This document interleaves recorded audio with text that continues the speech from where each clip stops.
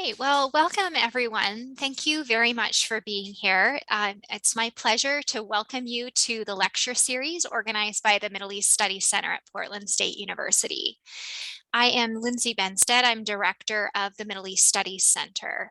I want to say a special thank you to MESC's outreach coordinator, Corinne Hughes, for organizing today's event and for helping to take care of some of the technical aspects. She'll put a link to the sign up sheet for our listserv if you're interested in hearing more about MESC events and joining us in the future, and you're not already on our listserv, please click the link and add your name. Before I introduce today's speaker, I would just like to let you know that today we will be asking you to hold your questions until the end of the talk. Of course, you're welcome to put them into the chat field anytime. But at the end of the presentation, I will moderate a discussion and read your questions, and we'll get to hear more from the presenters today. It's my great pleasure to introduce Dr. Muniba Saleem. Dr. Saleem went to the University of California in Santa Barbara. Excuse me, she is a professor of communications at the University of California, Santa Barbara, where she studies how media affects interpersonal and intergroup relations between racial, ethnic, and religious groups. Applying social psychological theories, Dr. Saleem has studied the effects of media representations of marginalized groups on hostile attitudes towards these depicted groups. Dr. Saleem's work has been published in journals such as Communication Research and funded by Facebook and the National Consortium for the Study of Terrorism and Responses to Terrorism. So without any further ado, I would like to turn the floor over to Dr. Saleem to present to us today on her research. So thank you very much for being here. Yeah, hi everyone. Thank you to the organizers for inviting me. I'm just happy that you guys could be here. I know it's finals week and this is probably the last thing you want to add on to your schedules, but thank you. I'm very happy to share my work with you. I'm here to talk about how Muslims are represented in the media and the influence of these media depictions on intergroup relations between Muslims and non-Muslim Americans. My background in training is actually in social psychology. However, I study a lot of media effects, which is why I'm in the Department of Communication. So a lot of the theories that I'm going to talk about today are actually from psychology. I'm happy to talk a little bit more about that intersection. Okay, let's get to it. So I'm looking at how negative media representations of Muslims and Arabs influence intergroup relations. And I study this both from the perspective of the majority group, so that would be non-Muslims and non-Arabs, but also how the same media depictions are influencing the minority members themselves. And I think when you study both of these, you can really get at the intergroup relations between those two different kinds of social groups. So before we talk about media's influence, I'd like to discuss how Arabs and Muslims are perceived in the US. And of course, it's important to establish that these groups are different. So not all Arabs are Muslims and not all Muslims are Arab. In fact, we know the majority of Muslims in the world come from South Asian countries. But the reason why we're studying them together today is because we can see here that Americans' attitudes towards these two groups are remarkably similar, and they are quite unfavorable. And so when I'm going to talk about my research, I'm talking about both of these groups because the way in which media depicts them is quite similar, and people's attitudes towards them is quite similar. Now, you would think that these have maybe improved in recent times, but actually, unfortunately, Muslims continue to be the least liked religious group in the US, even in recent public opinion polls from 2014, 2017, and even in 2019. This coincides with knowing that there has been a rise in anti-Muslim groups on social media. And so you can see here kind of how that's been going up. And these groups are really critical in creating and disseminating anti-Muslim information. And so these numbers represent not just groups created on social media, but also that are created in the non-digital world. So these attitudes are important to consider because they also translate into the way in which we treat Muslims. And so, for example, FBI hate crime data reveal that anti-Muslim assaults have increased over the last decade. And in fact, in 2016, the numbers exceeded the ones reported around 2001, which was immediately after 9/11. And that was considered to be a really hostile period for members of this group. And you can see that since then, we've continued to kind of have increases in these numbers over time. So how do we understand this animosity towards Muslims? Well, because most Americans have limited to no direct contact with Muslims in their daily lives, and most Americans report that media is their primary source of information about Muslims, we have to pay attention to the way in which media is depicting members of this group. From communication theories like media dependency theory, we know that reliance on media for information is higher for issues when personal experience with issues is low. And so that's what's happening here. People don't have a lot of personal experience with members of this group, and they're relying on media for information. So how are Muslims represented in American media? Well, content analyses reveal that Muslims and Arabs are negatively represented across a host of media platforms, including newspapers, television, movies, children's literature, video games, and social media content. And across these media outlets, Muslims are portrayed as terrorists, as violent, as aggressive, as intolerant. And you can kind of see a glimpse of this in the images that I'm showing you here across these media platforms. So why is this problematic? Well, what's happening in your mind from a psychological perspective is that we all have these concepts in our mind that are somewhat represented like this. So terrorism would be associated with things like, aggressive things, violent things, threat-related things. And the first time that you're seeing this connection between terrorism and Muslims, your mind is kind of forming a link between those two things.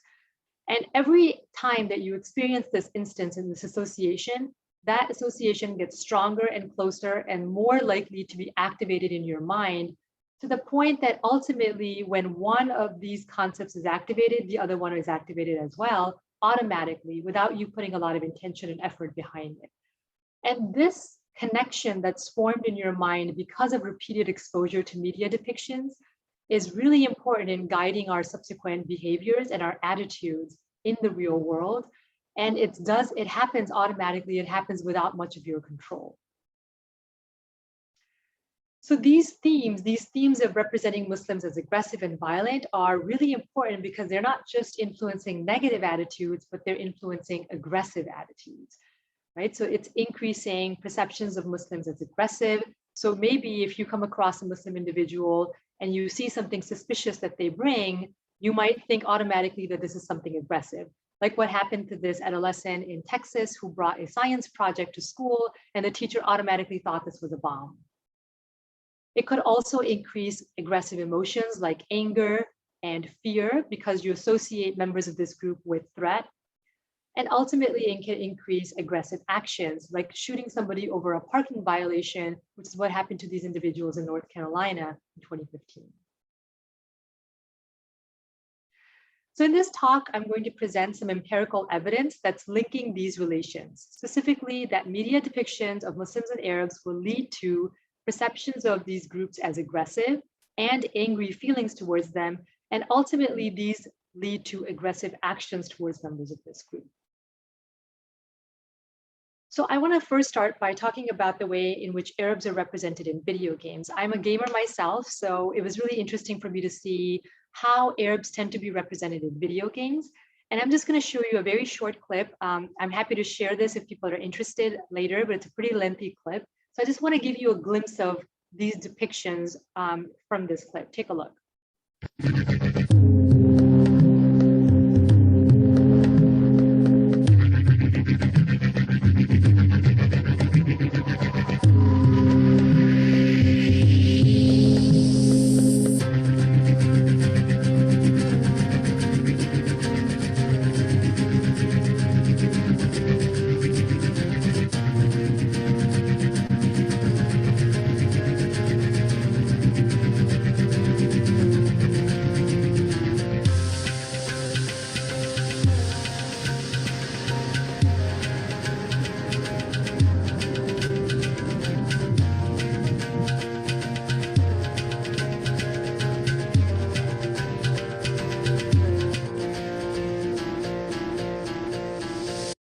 Okay, so this is just a short clip showing you that the way in which Arabs and Muslims are represented in video games is quite hostile, quite aggressive, and almost always the main player is targeting members of this group or is shooting at them or is being aggressive towards them.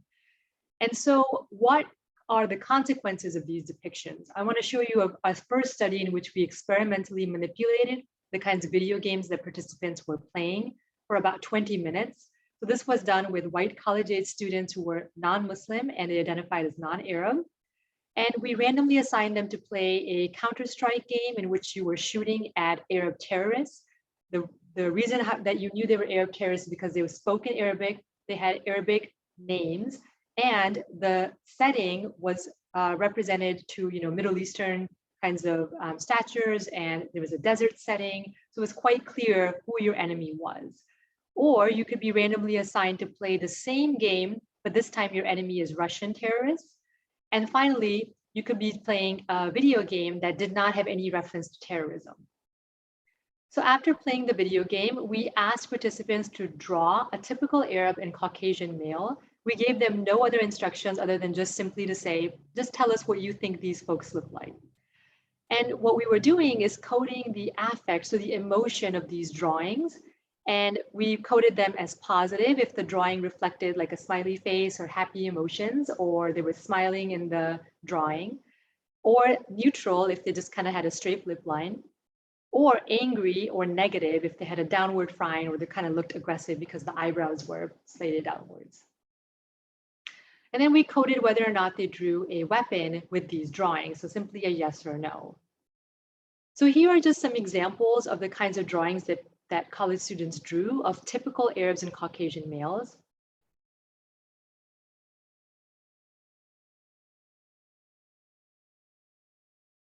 So we quantitatively coded these to get at that affect and the weapons dimension. And we found that game type significantly influenced the affect that participants drew for the Arab drawings, but not for the Caucasian drawings. So here on the y-axis, this is positive affect. So higher scores mean that the drawings had more positive and happy emotions drawn. And you can see that for all the participant or for all the Caucasian drawings, it doesn't really matter which game you play. They all are pretty positively drawn. However, game type did influence the Arab drawings. And you can see here that participants were more likely to draw typical Arabs positively if they played the violent game that did not have any mention of terrorism, less so if the game had some reference to terrorism, and the least likely if they played a game in which they were shooting and targeting Arab terrorists. Okay, so the pattern is quite drastic and it's in the way that we would expect. What about for whether or not people drew weapons? Overall, we can see that there were no participants who drew a weapon if they played a game that did not have a reference to terrorism. Out of the 12 participants who drew a weapon for Arab drawings, 4 of them were in the Russian terrorist condition and 8 of them were in the Arab terrorist condition. So playing games in which Arabs are represented as terrorists is influencing participants' perception of them as angry and of them as holding weapons, right? Now I want to shift a little bit and show you some longitudinal evidence on why these perceptions matter, right? So the theoretical link is that these attitudes will ultimately influence aggressive actions towards members of this group. And so here we're trying to form this connection and see if empirical evidence supports it, that these perceptions that you just saw of Muslims as aggressive or feelings of anger will ultimately make people support. We're looking here at public policies that are harming Muslims. So in this study, we looked at non-Muslim, non-Arab college students, and this was a longitudinal study. So we assessed the same measures at 3 different time points to assess changes in them from one time point to another. So what were some of our hypothesized predictors? We looked at how much people rely on media as a source of information about Muslims. So how much do you rely on newspapers, TVs, movies, internet? But we also wanted to see what happens if people have a lot of direct contact with Muslims and they have a lot of friends who they know are Muslims, because presumably this would have the inverse effect on hostile attitudes. And we also control for demographic variables like sex, age, and political orientation. Our hypothesized mediators, so the reason why we thought there would be a link between negative media representations and support for aggressive policies, was that it would increase perceptions of Muslims as aggressive. And this is the way that we assess them. We asked participants to agree or disagree with these statements. And then we also assessed how angry they feel towards Muslims. And finally, the outcomes that we were interested in were public policy measures that were looking at support for aggressive actions internationally for countries that have predominantly Muslim individuals, but also for civil restrictions for Muslims right here in the US, right? So support for saying things like that Muslims in the US should not be allowed to vote, that the government has a right to secretly monitor Muslims without their consent, things of that sort. So what did we find? Well, our reliance on media for information about Muslims at time 1 significantly increased anger at Muslims at time 2. It also increased perceptions of Muslims as aggressive at time 2. And both of these variables, anger and perceptions of Muslims as aggressive, were associated positively with both of these public policies, internationally as well as domestically, that were harming Muslims. What about direct contact? It had an inverse effect on feeling angry at Muslims, so it's negatively associated with anger at Muslims. But in our data set, it did not significantly predict perceptions of Muslims as aggressive. And so theoretically, we would expect this to be significant, but it wasn't the case in our data. And it's possible that that's just a function of our sample size, or perhaps in our data set, that link just didn't exist. So here we have evidence showing the negative effects of media on not just attitudes and feelings, but also public policy decisions. And we can see what contact can do to reverse that if we have contact with members of those groups. So because I'm a social scientist and because I'm a psychologist, we put a lot of our clout on experimental studies to show causation. And so I'm going to show you an experimental study in which we randomly assigned participants to watch either a negative news clip of Muslims, a neutral clip, or a positive news clip. And then we assessed the same outcomes that I just talked about in the last slide.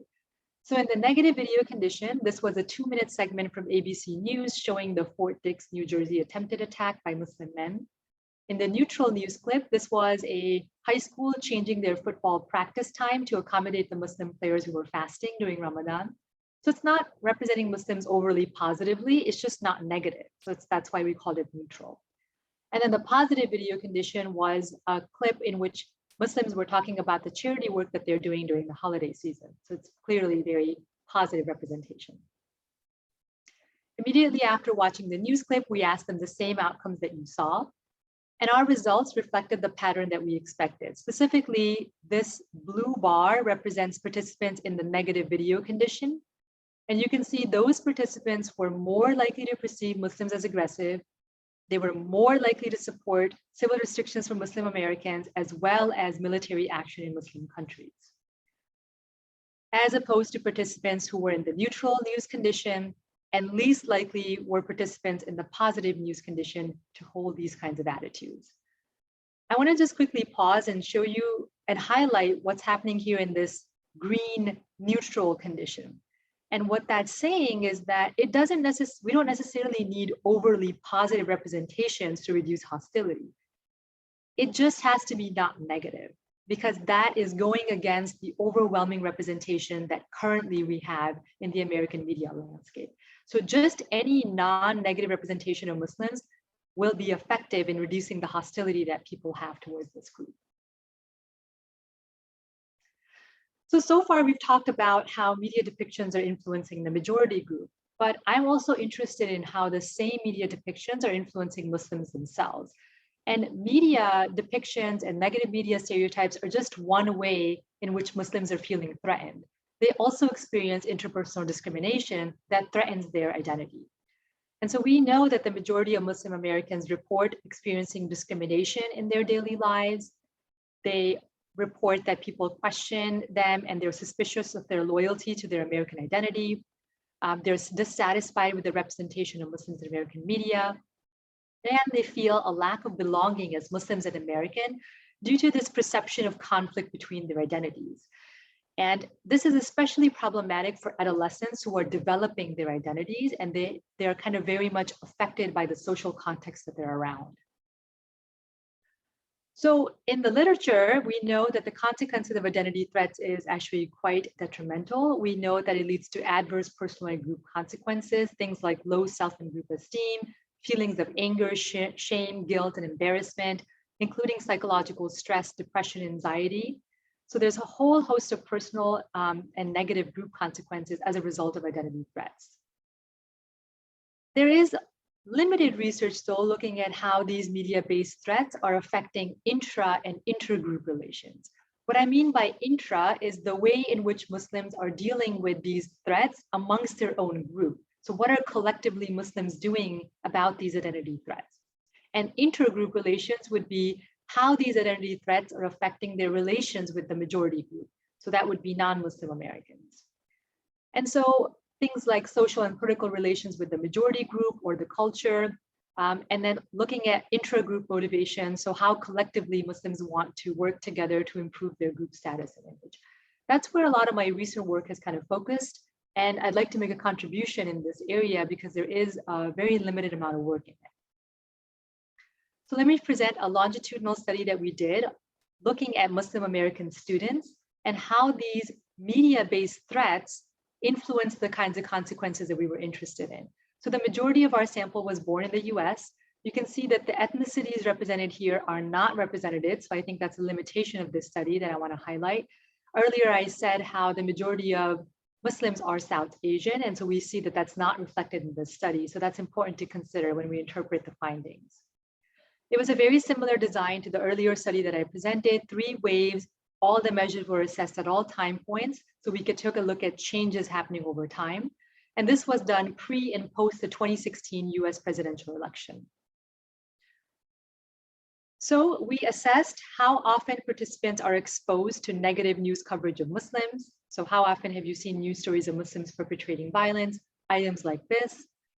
We also assessed the strength of their American and Muslim identification separately. So how strongly do you identify as American? How strongly do you identify as a Muslim? And then we assessed their trust in the US government. So items like I trust the American government, or people running the government are crooked, that would be reverse scored. So what did we find? Well, if people reported that they see a lot of negative media representations of Muslims, they were less likely to identify as American at time 2. American identification, of course, is positively associated with trust in the US government. So indirectly, exposure to a lot of negative media representations reduce trust in the US government at time 3 because it reduces American identification. That's the link, that's how it is happening. And there was an indirect effect. I want to point out something really interesting that we observed in this data that kind of goes against a lot of the public and political rhetoric. And that's this assumption in Western countries that Muslim immigrants are somehow unable or unwilling to integrate into Western countries and customs because their Muslim identity prevents or conflicts with this integration. And you can see here that we actually did not find that link. So Muslim identification was not significantly associated with their trust in the US government. In fact, we see a positive correlation between American and Muslim identification. They're very strongly correlated in our sample. And so I think this kind of goes against this rhetoric that there's somehow a conflict between these identities, or that the Muslim identity is the reason why Muslims are not integrating into their Western nations and acculturating to them. I think what this highlights is that we need to shift our thinking on what exactly is the barrier preventing Muslim immigrants, some of them, from successfully integrating into Western countries. And it tells us to focus on the social context, things like the media that is in the landscape of that country, or the discrimination that individuals are facing. So the social contexts that are perhaps unwelcoming and preventing them from successfully identifying with that national identity, because that has downward consequences for their social and political relations with that majority culture and with that majority group. Okay, so a lot of our current work is focused on Muslim immigrants themselves, and we're looking at how these contextual identity threats, such as media stereotypes and discrimination, are influenced the ways in which they identify both as Muslim and as American, and how those identity dynamics influence their social, psychological, and political outcomes. So to give you an example of some of the variables we're interested in, we're looking at things like discrimination and exposure to media stereotypes, influencing their strength of identification and integration with Muslim and American identities, and how that's affecting their psychological and physical health, their relations with the majority group, so non-Muslim Americans, and then their political behaviors like civic engagement, their trust in the US government, as you saw, their interest in voting, and getting their collective communities to vote and be motivated to engage in civically.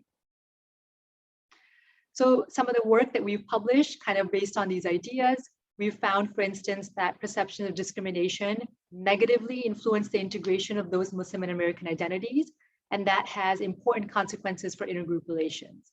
And this study was done among adolescents, and that's the period where identities really matter and identity negotiations really take place.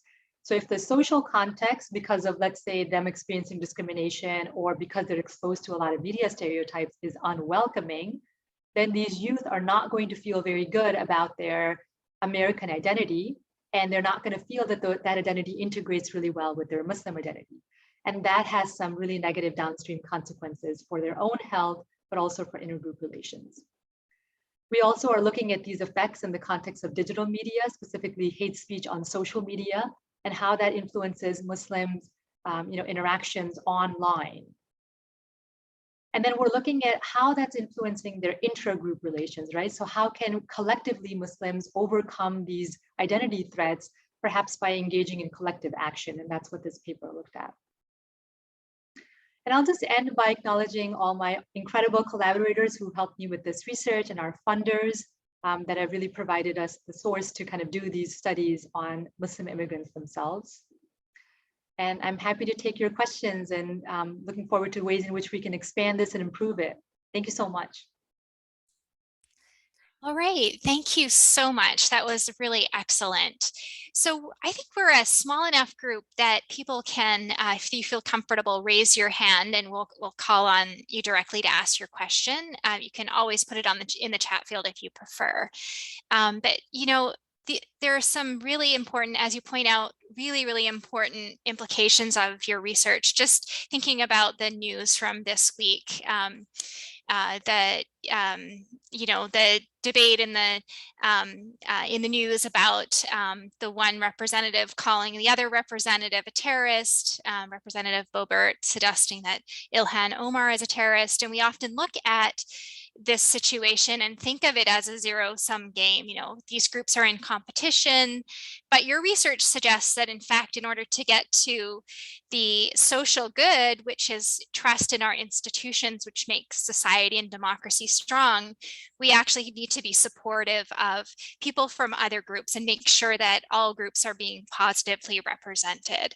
And so I think that argument and the evidence that you provide us in terms of those causal relationships is so powerful, especially for helping convince us that in fact there are negative outcomes that come from criticizing and tearing down other groups and stereotyping them. So thank you very much for this research, which is so strong. I wanted maybe to ask, I do have a couple of questions, but I want to give the audience a chance to respond and maybe ask some of their questions. Is there someone who would like to ask a question?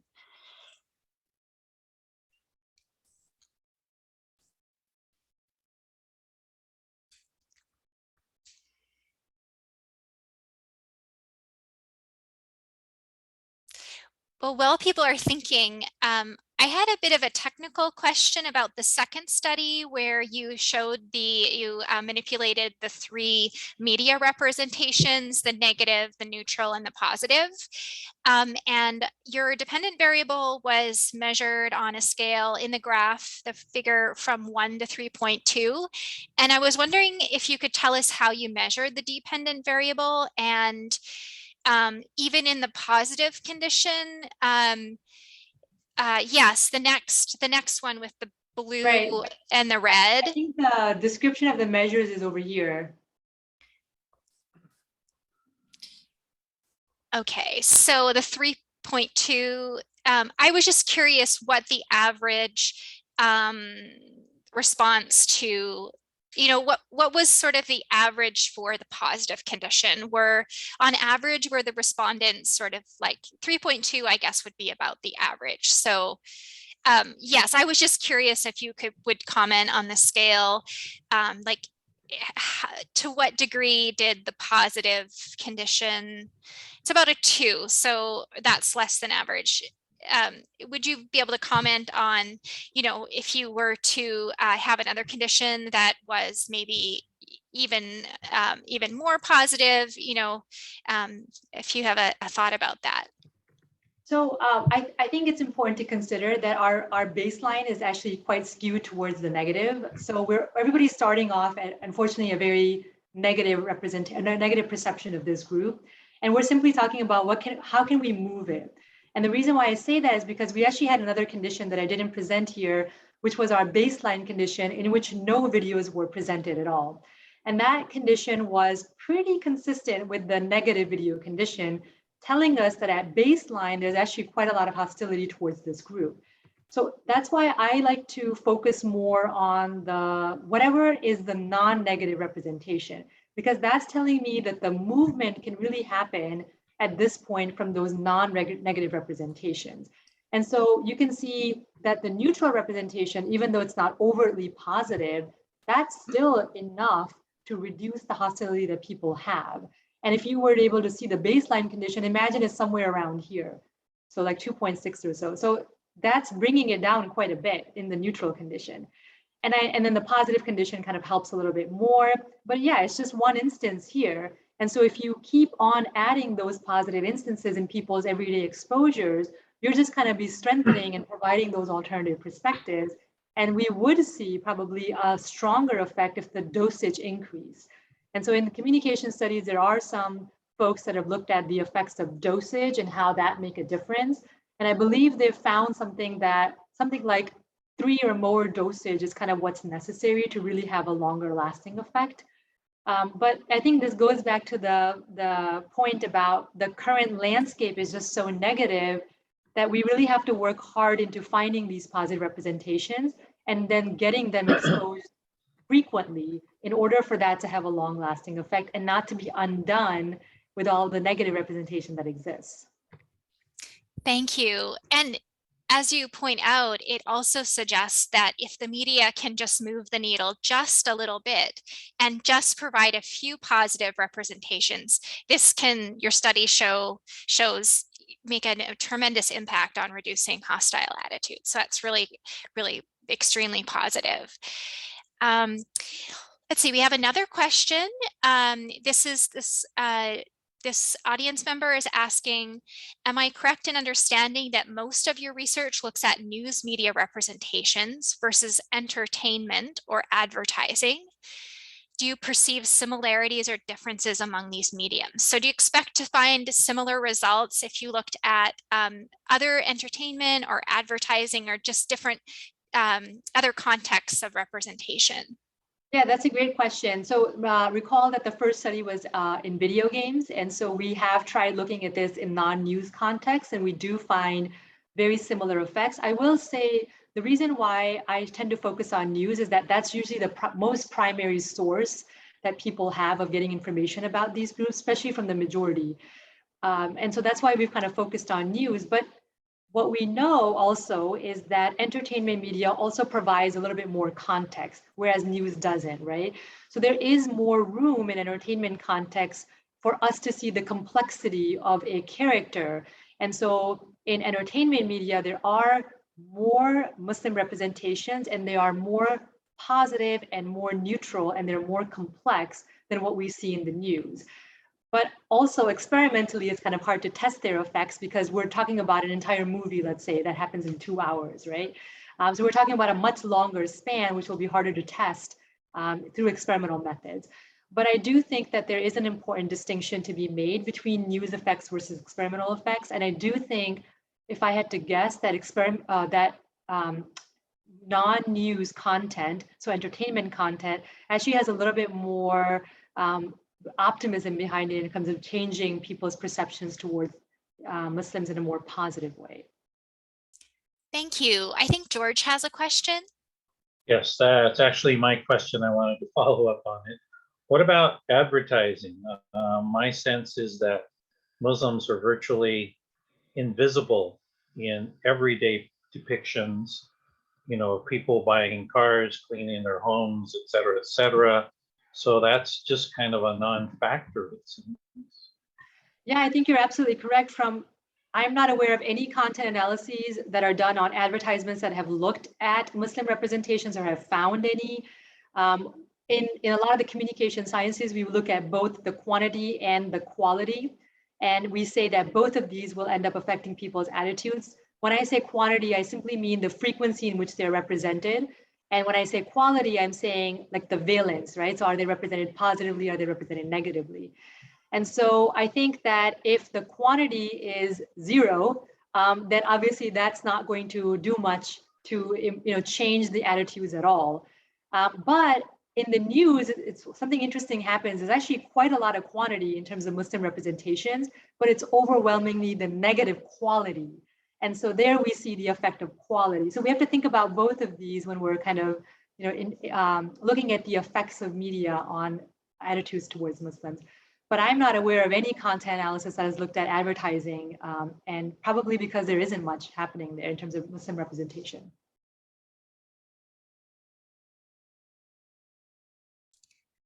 Right. Thank you for that question. It really highlights, I think we've noticed in recent years and the last decade that there have been changes in representation in terms of media, not only media presenters, but also people in advertising. And I hadn't thought about that. So thank you very much, George, for pointing that out. It is an important element. What about other marginalized groups? Do you see this research as having some insights to offer us about, say, women or other marginalized groups from power? Do you think that you could, expand this research into other areas? Are you thinking about doing that? Where would you like to take this research?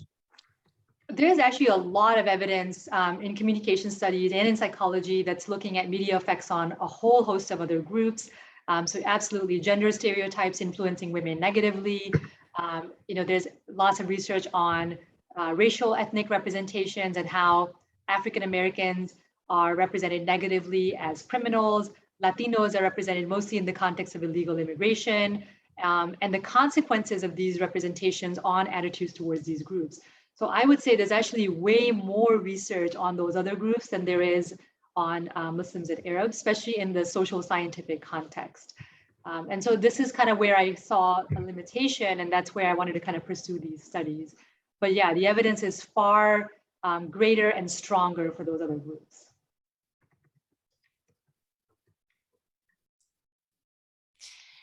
Please don't hesitate to raise your hand. Corinne, yes, please.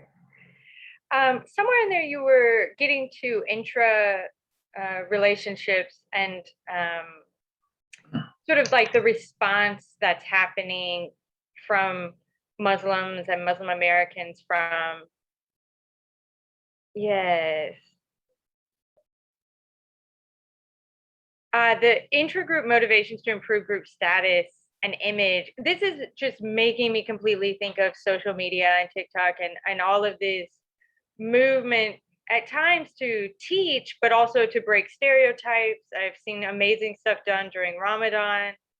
I'm just wondering how your work, if you can speak to that or if your work going in that direction.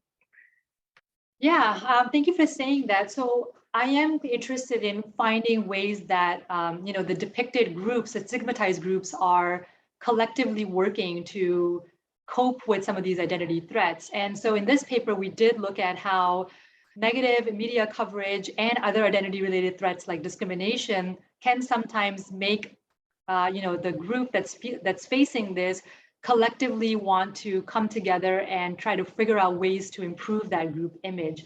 So in this paper, we found a link between higher exposure to negative media stereotypes, increasing people's efficacy, thinking that they can in fact do things to improve this, and then collectively engaging in actions, just like the ones you're describing. So posting more content on social media that counters the negative representation of Muslims, joining protests and demonstrations that are aimed at improving the status of this group, donating to organizations that are specifically interested in improving, the status of this group. So we did kind of map that link together. I think a lot of whether or not people are negatively affected by this negative coverage or positively wanting to do something about it will kind of really depend on how much resources they think they have and how much room there really is for them to make a change. So there's a lot of other individual difference variables that are kind of getting people to either be just kind of go more inwards into themselves and not engage with the mainstream culture, or take it upon themselves to think that, no, I am the person who has the agency and the efficacy to do something about this and to change the way that my group is being represented. They're very complicated effects, and they're very much different in terms of the way that people perceive they can enact change. How efficacious are they in kind of doing that? Tag, I think you have a comment, please. Yeah, hi, and thank you. Hello, all, and thank you, Muniba. Very nice to listen to you and to your presentation. I teach at Portland State in the Women's Studies Department, and my course is Women in the Middle East. And from my experience on campus and talking to students, I realized that most American students have formed their idea about Arabs and Muslims from, of course, personal interaction. And I see that there's a gap in the role of academia, of our academic institutions, as I see it from my point of view, because it's wonderful to do research and it's very informative for us and for the academic community. However, what are we doing on campus? What are we doing on the day-to-day life that can change the stereotypes, that can change the attitudes and the perceptions of Muslims as terrorists and so on? And I would love to see more like social community related activities on campus. This is a little far away from your research, definitely. It's not addressing your research directly, but I'm sure we do research because we want to see change. We want to see positive change. I'm also on the board of the Arab American Cultural Center of Oregon. And it comes up all the time, like we're trying to avoid saying that we have Muslim people on the community because we're trying to be neutral.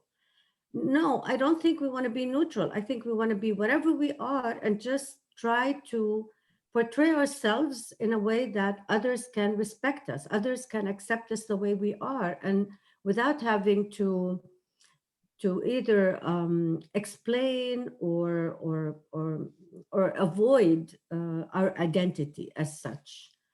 I also taught one time only a course that was called Arab and Muslim Women in Film and Media. And it was very sad that I was never asked to teach it again. I've asked to teach it again. And I think also sorry, I missed you at some point. I hit something and I lost you for a while. But then I think also the role of women and what women can do first as the members in society who are seen as part of the Arab and Muslim community, also as the women who can influence change on the American students. I'm still talking on campuses and in society at large. Thank you. Yeah, thank you. I think those are really important insights to consider for any scholar, not just me, right? So we're always interested in kind of the application of these into improving a lot of these attitudes and more adverse consequences. I think that you're absolutely right that we need representation in the media, in real life, in every which possible way, because there is such a lack of knowledge about this group, and because we know from a lot of communication research that when there is a lack of knowledge, whatever is the most kind of, loud representation is going to be the one that's strongly affecting your attitudes. Mm-hmm. So I think that the change kind of has to happen in all of those domains, right? So I'm talking a lot about change in the media landscape, but that doesn't mean that that's kind of the only solution, right? That's just one solution. And I think you're discussing representation in other sectors, academia. We now know that we have political representation from a lot of Muslim candidates, and that has to improve attitudes.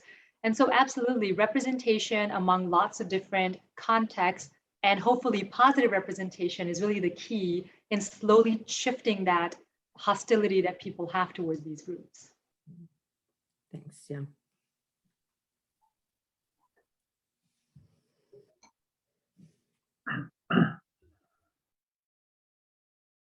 Are there other questions or comments as well? Well, I put one in the chat.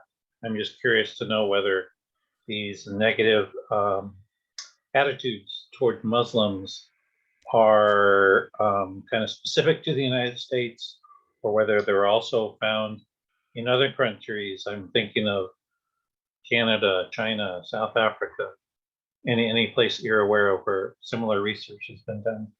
Yeah, absolutely. The content analyses that I'm familiar with have looked at representations in a lot of European countries, and the trends are very similar. In fact, they're a little bit worse in certain countries. And so I don't think this is specific to the US. I think anywhere where there is a sizable Muslim immigrant population that is slowly rising, we're seeing some of these negative sentiments are coming out.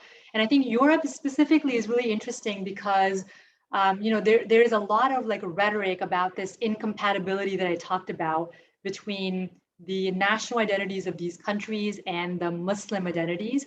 And a lot of that is because they are trying to, keep their national identities very secular, and the Muslim identity kind of really, argues against that. So there is this perceived inherent conflict between Muslim immigrants not being able to successfully integrate and assimilate into these Western countries.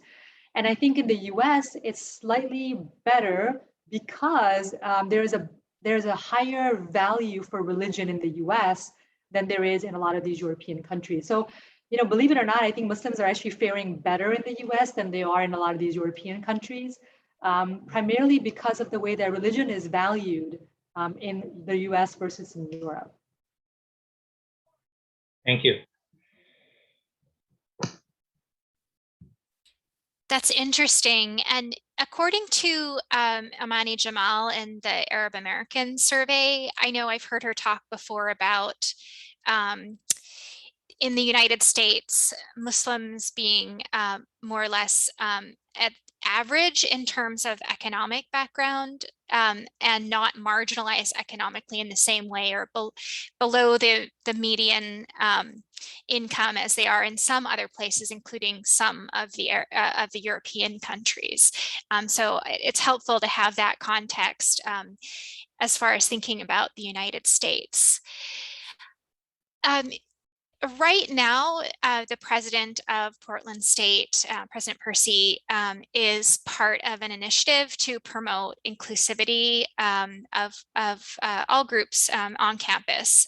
He's one of the people that's driving this movement. And one of the questions that is being asked is how we do have some grant funds that are available university-wide to help support inclusivity of Arabs and Muslims on campus.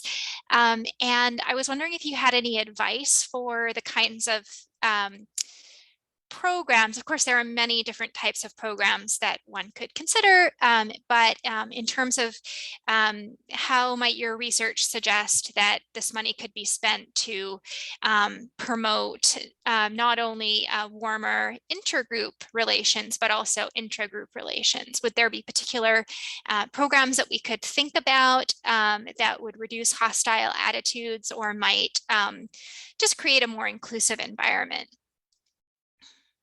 Yeah, that's a pretty heavy question, and I'll try my best to kind of provide recommendations on my very limited experience. But I think I will say one thing really interesting. When I was previously at Michigan, University of Michigan, and they had a really interesting intergroup dialogue program. And it was funded by the university, and it was a separate program from all the other colleges. And it was specifically designed to reduce tensions that are known to exist between certain groups. So for instance, they had an Israel-Palestine student group. They had a white and non-white student racial group. And the purpose of these dialogue groups was over the course of the semester, you would, with the help of trained moderators, really get into topics that people don't want to get into and they try to avoid, but to do that so that you can understand the perspective of the other and gain some empathy and knowledge about things that you may not know, but presume to know. I thought that was a really effective program because they also collected data pre and post the course in order to see if there was a change in students' attitudes. And the majority, the students from the majority groups always acknowledge the knowledge that they gained as a result of this course, the wider perspective that they now had as a result of this course. And something really important, sharing the empathy with students who discussed the daily stigma that they face in their lives as a result of these stigmatized identities.